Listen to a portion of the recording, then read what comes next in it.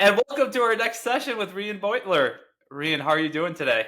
I'm doing so awesome. How about you? Yes, I'm super excited to talk to you. I know we talked beforehand, and I'm glad that you kind of found the time for us to chat. Really appreciate it. Of Let's course. just go right. Let's just go right into it. So first, I don't want to introduce yourself. I think you have earned so much. You've been in the community for so long. So please introduce yourself and tell us a little bit about Govalo. Absolutely. So my name is Rhian Beutler. I've been building Shopify apps for north of a decade. I co-founded Ventov, which is a series of apps, SEO Manager, Order Lookup, and Clocked In. I'm the executive chairman or chairperson or chairwoman over there, and I am the CEO and co-founder over at Govalo, where we are reinventing the digital gifting experience, which just goes to show I'm old and have been around for a minute. You're not old at all. I'm fine with I'm it. I'm leaning in. Let's let's not go there. Lean in though. That's a good point. So let's start. Actually, let me actually ask. Has it always been in the Shopify ecosystem? Have you ventured outside the Shopify ecosystem, or has it always been in the Shopify? In terms of entrepreneurship, I have only Yeah. ever been in the Shopify ecosystem. So I took a very big bet alongside Josh Hyland years and years ago. Ventov, which was then called New Leaf Labs, we had to change the name for legal reasons, was actually mentioned in Shopify's SEC filing. So yeah, Was it's been was it awesome. an educated guess to go with Shopify, Yeah, or was it yeah. really just a bet and it just hit? So, well, at the time we did some agency work to supplement our SaaS because we didn't have enough revenue coming in, and we're like, Yeah. how else can we get revenue? Service work, which I 10 of 10 don't recommend. But I'm so glad agencies exist.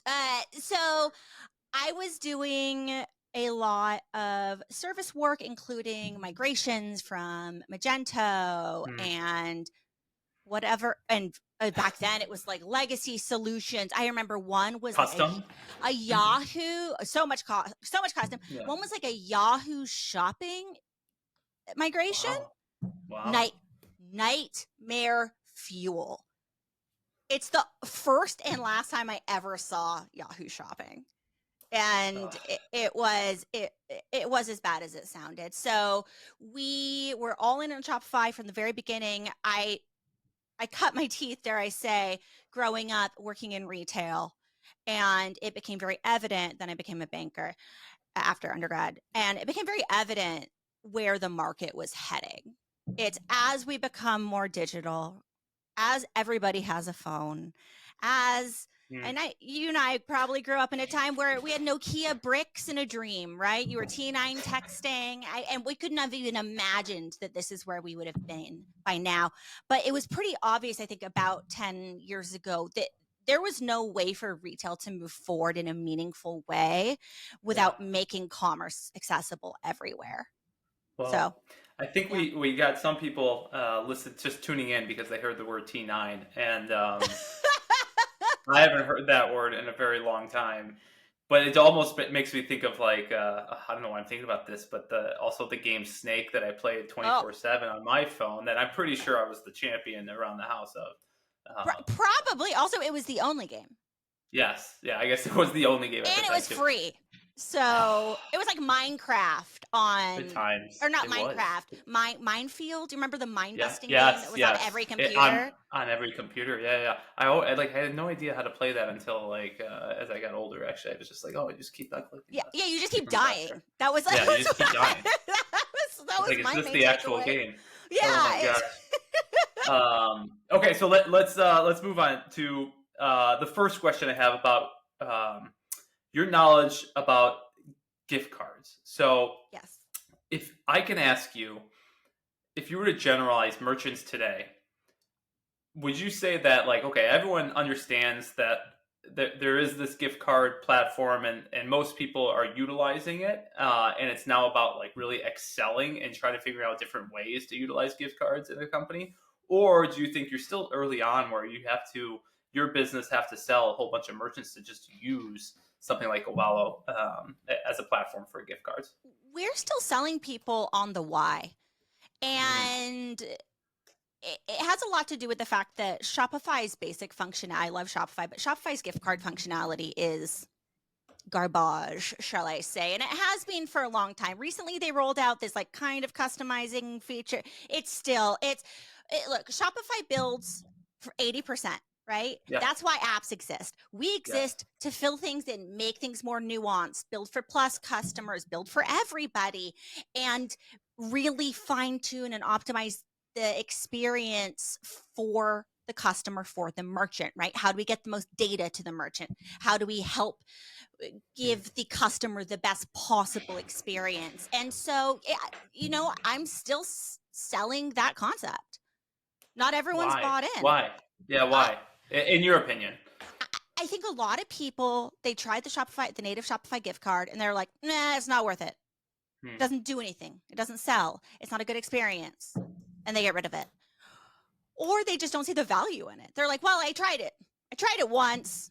It didn't work. Therefore, I will never try it again.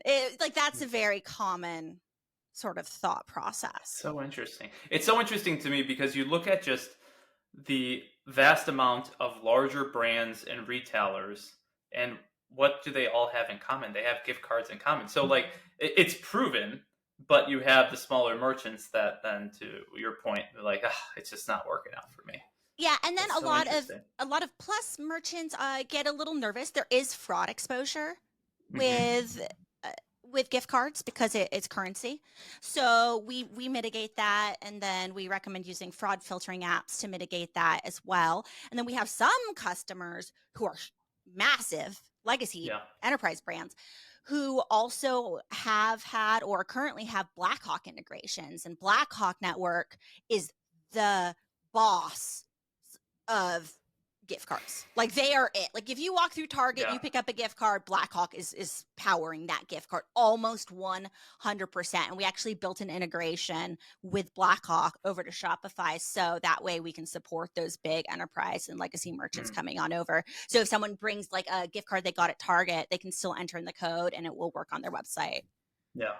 So, and I know you bring up this topic a lot, and I want to ask you, on this session. It's about the psychology around discounts Yes. and gift cards. And Yes. so, because if you think about it from the discounts, we just had Black Friday, like, discounts everywhere. But again, gift cards, not as much. There's certain challenges there. Like, talk to us a little bit about what your philosophy is around, like, okay, if you're doing a discount, why not just think about it from a gift card perspective? Absolutely. Well, and there's two kind of ways to do this, right? Costa Bella, who is one of our merchants, they sell upscale lingerie. They were doing, I believe it was a 20% off or something, but then it was like, once you hit $100 in sales, we're going to send you a $25 gift card. So you can Mm. also use it as a sweetener. And that's something we're seeing a lot of people do, especially around the holidays. How do we make a good experience where people expect a discount around holidays? It's very uncommon to not give a discount unless you are hyper luxury brand and you're like, I don't ever, you're Hermes, you just don't put things on sale. Unless you're Yeah. one of those brands, you're kind of expecting some sort of a deal around BFCM all year round. Different story. I have Mm. that. That's a whole different conversation. But around BFCM, you kind of expect a discount. So then, how do you get them to come back? Because you get the discount then, right? Yep. Yep. I think sending a discount code for future use is blah. It's kind of like everybody does it. It's not very Yeah. special. It's not very CX driven. Yeah. Whereas here's a gift card for future use. Also, we have integrations with all the major ESPs, email service providers, and then you can create flows around it. You can create all sorts of, you can have really smart data. Say, oh, I know this person bought XYZ. Okay, I know they have $25 in their proverbial wallet. Guess what? People spend on average $40 more every time they use a gift card than their base gift card amount. Target them. Yeah. You just get them Well, in. You yeah, got to get them in. like, and I think I just want to call this out for those listening. Like, there's been a lot of sessions today where the common theme at the end of the session is that we should celebrate our customers more. Yes.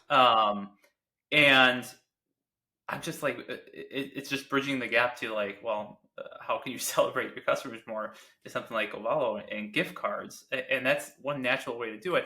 And I know you're just going into it, but can you tell us a little bit about your integrations, for example, even with Klaviyo, where you can utilize Klaviyo to do just that, to celebrate your customers using gift cards? Do you mind talking to us about that? Absolutely. So we have a Klaviyo integration and OmniSend integration.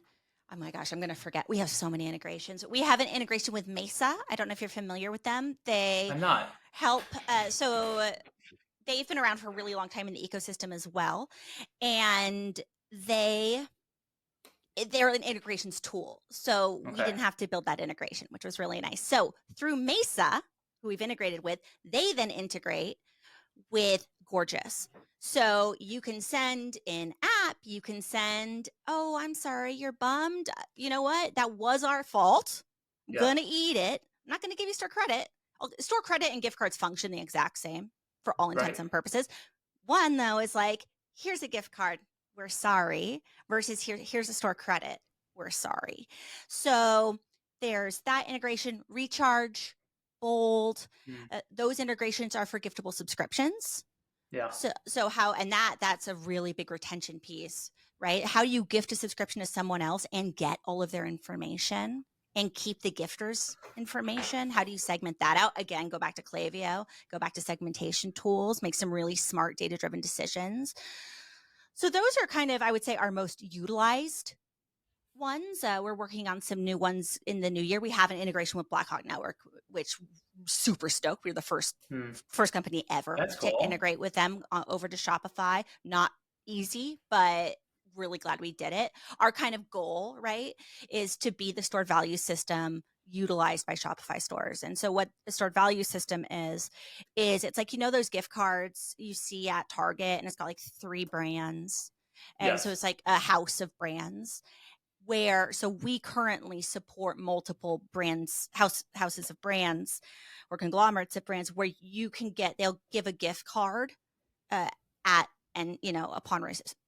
checkout or various different things, or just for fun for your birthday. And they can then use that gift card at any of the brands. That's really cool. I haven't heard about that. It's very cool. Yeah. Well, we're the only ones doing it. It's coming out of beta, which is why, Okay. because you have to New. make sure that's got to be rock solid before you ship that. So Oh, I'm sure. that is kind of bleeding edge where we're going. And I'm super excited about it.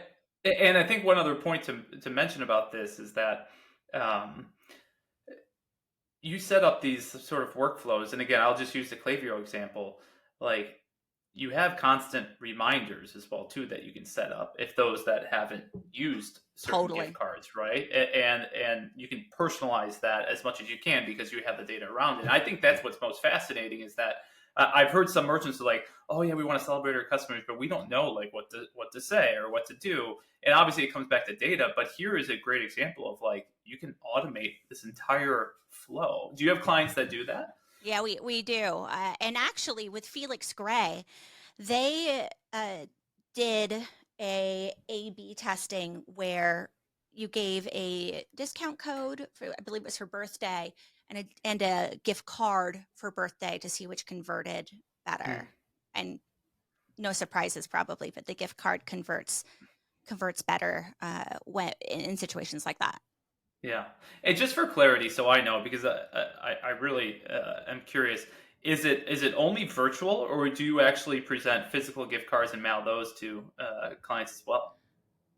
Well, we Is this a started as stupid question? virtual. No, it's not. It's Okay. actually it's a roadmap question also. Oh. So and also touching back really quickly on reminders. Reminders are critical for gift cards. People forget that they have them.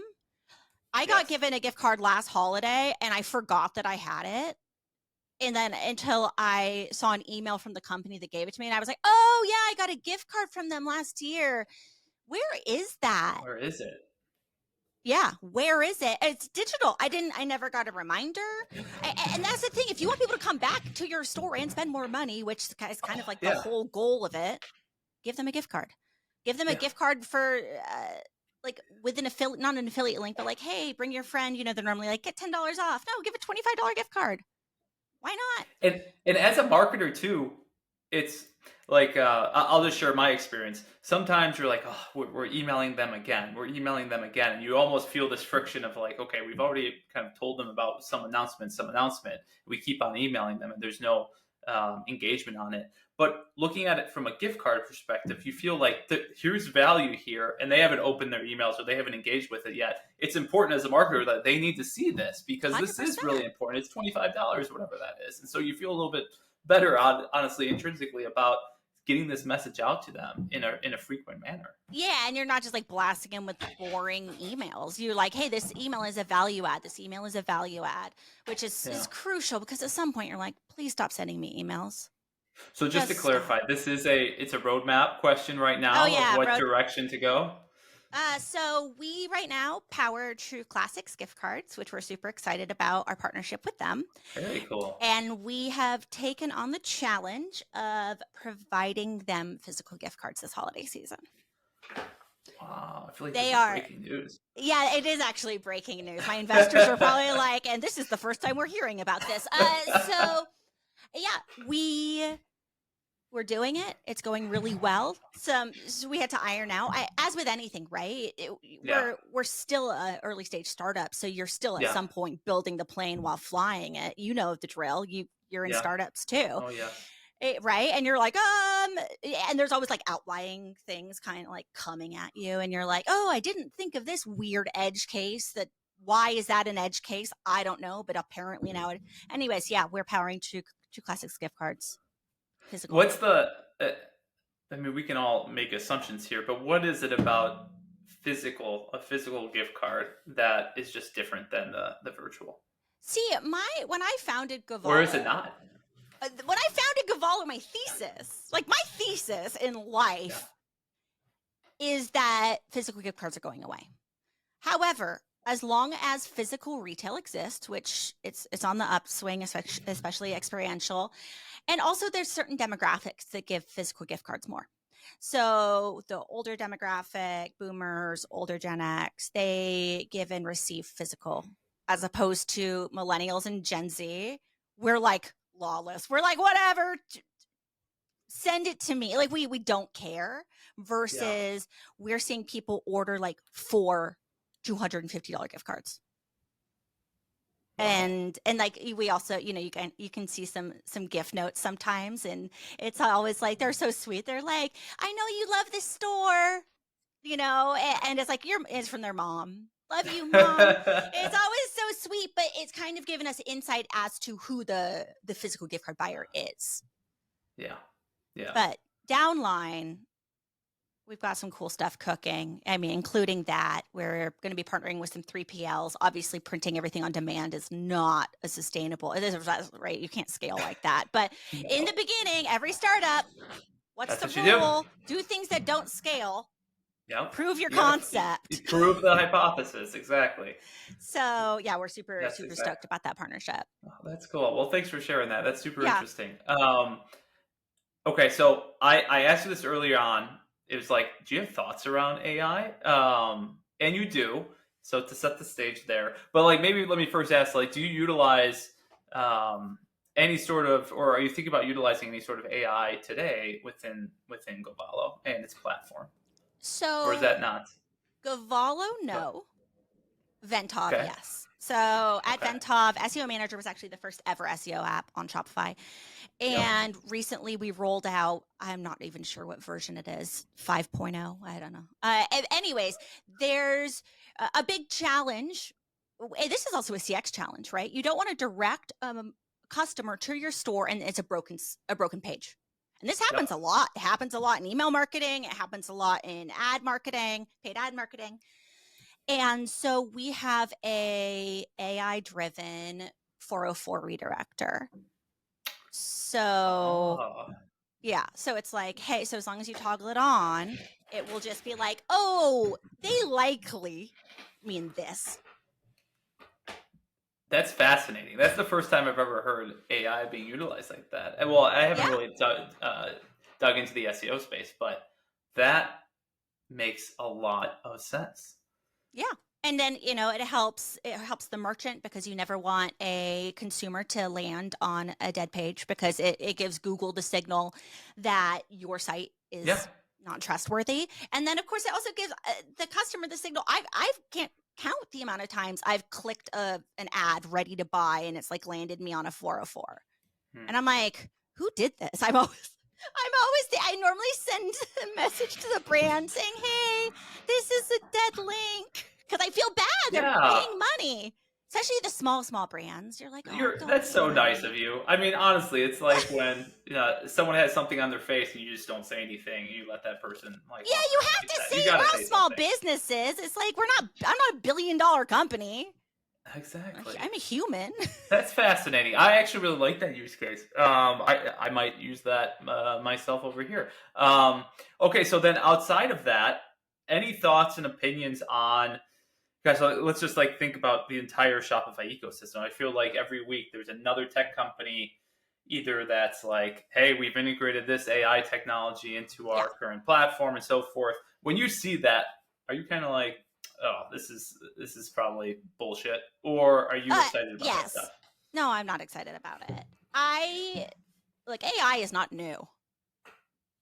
Google has been writing the playbook on AI for years, right? One of my areas of expertise is search. So I've been hanging out with LLMs and as Google has been building, I've been following along with their AI progression and it is wild. And right, I believe it was yesterday or 2 days ago or by time of listening, maybe a week ago, they just released Gemini. Yeah. Gemini is going to smash OpenAI into the ground, rest in pieces. And that's just part of how it goes. I mean, Altman still gets to be a billionaire, so like that's awesome. But I don't know that I really feel like we're at the beginning of AI. And I think everyone's like, this is revolutionary. This isn't new. Not yet. Okay. It's fine. It's a cool tool. So I'm hold not on. impressed. I want to dig in really quick on that. Like what? So or maybe just clarify. You're so bullish on Google over something like OpenAI just because like they have years and years of experience ahead of something like OpenAI, and you from that perspective, you're like they're just going to take it over. It's just a matter of time. It's just a matter of time. It's just a matter of time. I also think that Chat GPT driven, right? It's very formulaic. You can always really tell if someone's written something in Chat GPT, especially if they haven't really edited it. It's Yep. always a mess. And if I can tell that with my eyes, I'll tell Yeah. you what, Google's Yeah. algo can definitely tell. Yeah. So I believe there's been this ebb and flow with search for years, right? People back in the olden days, you could put literal white text on sites to make them rank better. You could put Yeah. keyword stuffed in tags to Good make old you could do black all hat sorts of days. you could do all sorts of stuff. And then Hummingbird came out, I think in 2013. And that was the beginning of this revolution. Rank Brain, which was Google's like first Yep. I remember that. foyer into AI 2016. And it has been nothing but up since there. Yeah. So they rolled out Rank Brain really quietly. And you could see like in the start, you start looking, you're like, something is going on. Yeah. And they use neural matching. They've been doing this for so long. I'm not saying OpenAI is not doing cool things. I'm just saying I feel like Google has been sitting there with their hand in their pockets, being like, cute, cute, cute, cute. Okay, did they learn anything interesting? We'll learn from what they've learned. Also, we have this. Think of how many searches they have I know. saved. It's limitless. So that's my thought. I I I Google will appreciate own that. us. Yeah. So I want to hear your perspective. I'm just going to go out. What about AI chatbots? Um, does that frustrate you when brands are like, it's all Yes. just an AI chatbot and there's really no human at the end of the day that you're talking to? It's also like, is an AI chatbot that different than a regular chatbot? I don't think so. I I couldn't tell the difference. They're formulaic. You're like, oh, here I am talking to a chatbot. Uh, blah, like get back. Maybe in a year, maybe in 5 years, maybe it'll be really great and trained up. But right now, what are you going to do? Like And Help Scout. Yeah. is it that like that you're not talking to a human and it's like come on I'm Yeah. like give me, or is it that you're really not getting an answer that you're like if you actually got an answer from an AI chatbot, would that change your perspective of it? Or is it really like, hey, I want a human to human interaction here, I don't want it to be talking to a machine? And maybe I'm old fashioned, but I want a human to human interaction. Yeah. I don't want an AI. Oh, recently I was at Code, which is Vox's Okay. conference, and there was a person on stage talking about like their company, and they have like virtual girlfriends and virtual boyfriends and virtual friends. And I lean over to my friend who I was with, and I was like, "This is dystopic. I hate this timeline. Get me out of this timeline." Like, no. I imagine you in the front row being like, no. I was like this. I was behind a reporter who's like, feverishly like typing, and I'm just there, and I'm like, oh my god, why? Not cool, guys. So, just because you can. This is a thing in software in general. Just because you can build it doesn't mean you should build it. And go read "Do Androids Dream of Electric Sheep?" and just I will. think about that. I will. That's what I think. Every time people are like, "What about this?" I'm like, go read this book, and then I feel like you will be anti-AI.